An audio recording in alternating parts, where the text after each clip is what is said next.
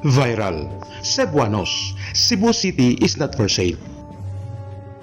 Kapapasok lamang na balita, trending ngayon sa social media.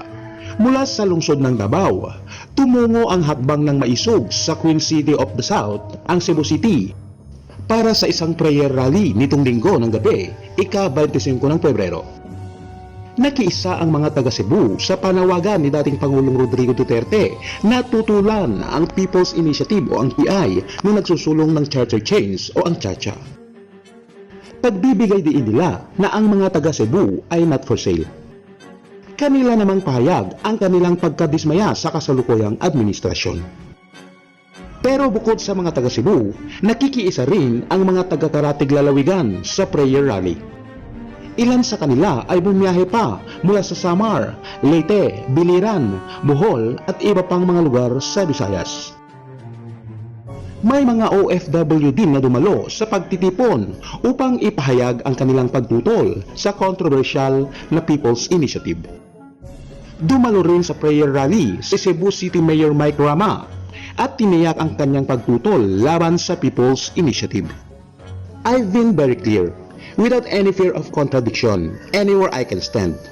I have been, when we talk about advocacy, when we talk us about making a stand for the country, you can count on Mike Rama, ayon kay Cebu City Mayor Mike Rama.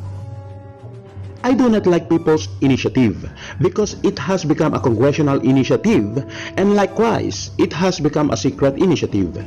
We are not for sale. Cebu City is not for sale. Our country is not for sale. Saad pa nito. Samantala, former President Rodrigo Roa Duterte, pabor sa CHACHA. Termino ni PBBM at kasalukuyang government officials, hindi dapat mabago. Hindi pwedeng humikit sa isang termino o 6 na taon ang panunungkulan ni Pangulong Ferdinand Marcos Jr. kasama ang mga kasalukuyang opisyal ng pamahalaan sakaling maamendahan ang ating saligang batas. Sa isinagawang hakbang ng mausig at prayer rally sa Cebu City, ito ang naging tono ni dating Pangulong Rodrigo Roa Duterte kaugnay sa isinusulong na charter change o ang CHACHA. Ako, sumusuporta ako. I would support any changes in the Constitution that would enhance, improve, or whatever would make the Filipinos happy. I am for it. Walay problema. Basta walalay masulod nga interes para ugman nila, ayon pa kay dating Pangulong Rodrigo Roa Duterte. Ayon kay dating Pangulong Duterte, ito'y dahil sa ilalim ng konstitusyon ngayon, hanggang isang termino lang maaaring maupo si Marcos. Paalala ng dating Pangulo kay Marcos na huwag gawin ang nangyari noon sa panahon ng kanyang tatay na inamendahan ang konstitusyon kung saan umabot sa 2 dekada ang pananatili nito sa kapangyarihan. Pero nilinaw naman ni Duterte na wala itong problema kay Marcos, bagkos pinuri pa ang Pangulo dahil ito raw ay mabait. Si Bongbong Marcos, mabuting tao. Wala talagang problema kay Presidente. Sa totoo lang, suportado ko siya dahil siya ay mabait, ani Duterte. Samantala, noong unang prayer rally sa Davao City, kasagsagan ng issue sa umunay bayaran ng pirma para sa People's Initiative o ang PI, tinawag ni Duterte si Marcos na bangag na Presidente. Hindi naman ito direktang sinagot ng Pangulo.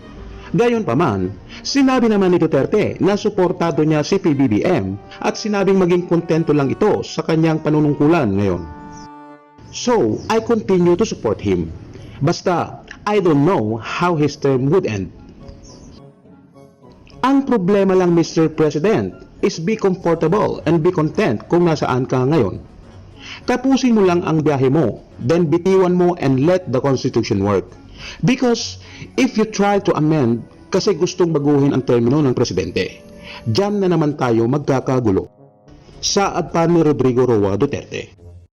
So, yun na nga po ang latest balita kay former President Duterte at kay Pangulong Marcos. Para sa inyong mga reaksyon, please comment down below, i-like at i-share ang aking mga videos. Paki-subscribe na rin po ang aking channel. Maraming salamat po.